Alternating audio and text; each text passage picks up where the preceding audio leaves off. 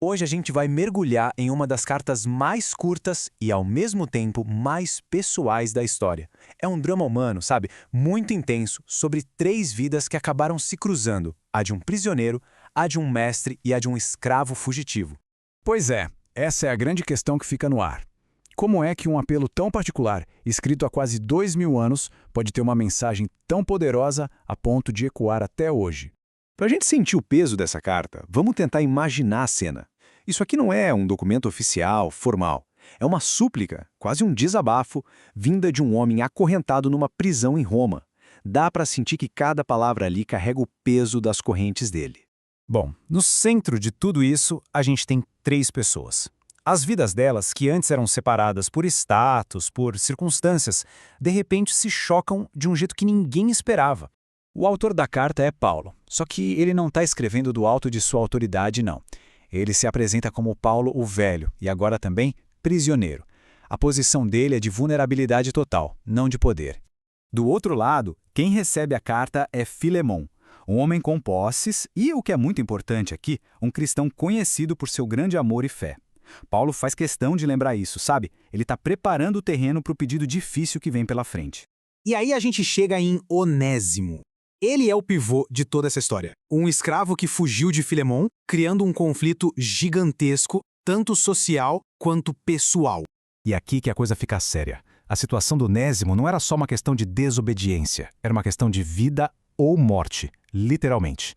Olha, não dá nem para exagerar o tamanho do risco que Onésimo estava correndo. A lei romana era brutal com escravos fugitivos. Quando ele fugiu, ele não desafiou só o seu mestre, mas todo o sistema que sustentava o império. Ele virou um homem marcado. Mas aí acontece uma reviravolta. Na prisão, o fugitivo encontra o prisioneiro. Onésimo conhece Paulo e algo fundamental muda. Paulo escreve sobre ele com um carinho enorme, chamando-o de meu filho Onésimo, que gerei nas minhas prisões. Certo, agora vamos dar uma olhada na genialidade da estratégia do Paulo aqui. Ele tinha toda a autoridade para simplesmente dar uma ordem, mas ele escolheu um caminho completamente diferente e muito mais poderoso. O Paulo deixa bem claro que ele poderia sim ordenar que Filemon fizesse o que era certo, mas ele não faz isso. Pelo contrário, ele apela por amor, baseando o pedido todo não na hierarquia, mas no relacionamento e no caráter de Filemon. E aqui Paulo mostra que era um mestre das palavras, né? Ele faz um jogo de palavras com o nome de Onésimo, que significa útil.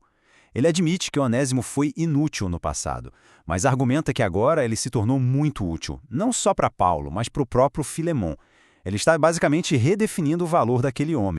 Então vem a parte que é uau, uma oferta simplesmente extraordinária. Para tirar qualquer barreira financeira ou legal do caminho, Paulo faz uma promessa incrível. Qualquer dívida, qualquer prejuízo que Onésimo tenha causado, ele mesmo, Paulo, vai pagar. Ele escreve: eu, Paulo, de minha própria mão o escrevi. É como se ele estivesse assinando um cheque em branco pela liberdade de outra pessoa.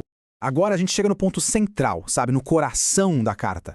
A proposta revolucionária que Paulo faz. É aqui que o pedido vai muito além do perdão e entra num território que, socialmente, era radical.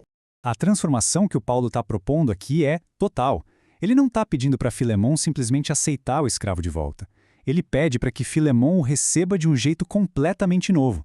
Não mais como um servo, mas mais do que servo, como irmão amado. E não por um tempinho, mas para sempre.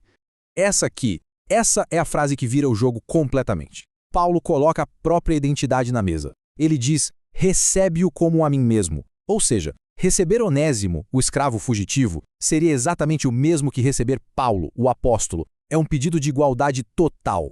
A gente precisa lembrar que numa sociedade super dividida entre mestre e escravo, livre e acorrentado, essa ideia era uma bomba.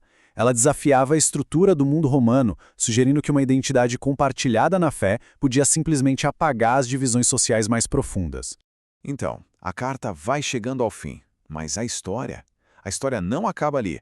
Paulo deixa a conclusão nas mãos de Filemon e, de certa forma, nas mãos de todo mundo que lê a carta depois. E o mais curioso é que a gente nunca fica sabendo o que Filemon decidiu. A carta termina com Paulo dizendo que confia na resposta dele, mas o texto não registra o resultado. E essa ausência de resposta é muito poderosa. Ela força quem está lendo a se colocar no lugar de Filemon e encarar a mesma escolha. E pensar que toda essa profundidade, todo esse drama humano, essa ética, esse poder de transformação, tudo isso vem de um documento tão pequeno, né? Uma única página que guarda um universo inteiro. E no fim, a carta deixa essa pergunta ecoando, né? Uma pergunta que atravessa os séculos, sobre o custo e o valor do perdão, da reconciliação e da coragem de enxergar o outro não pelo que ele foi, mas pelo que ele pode se tornar.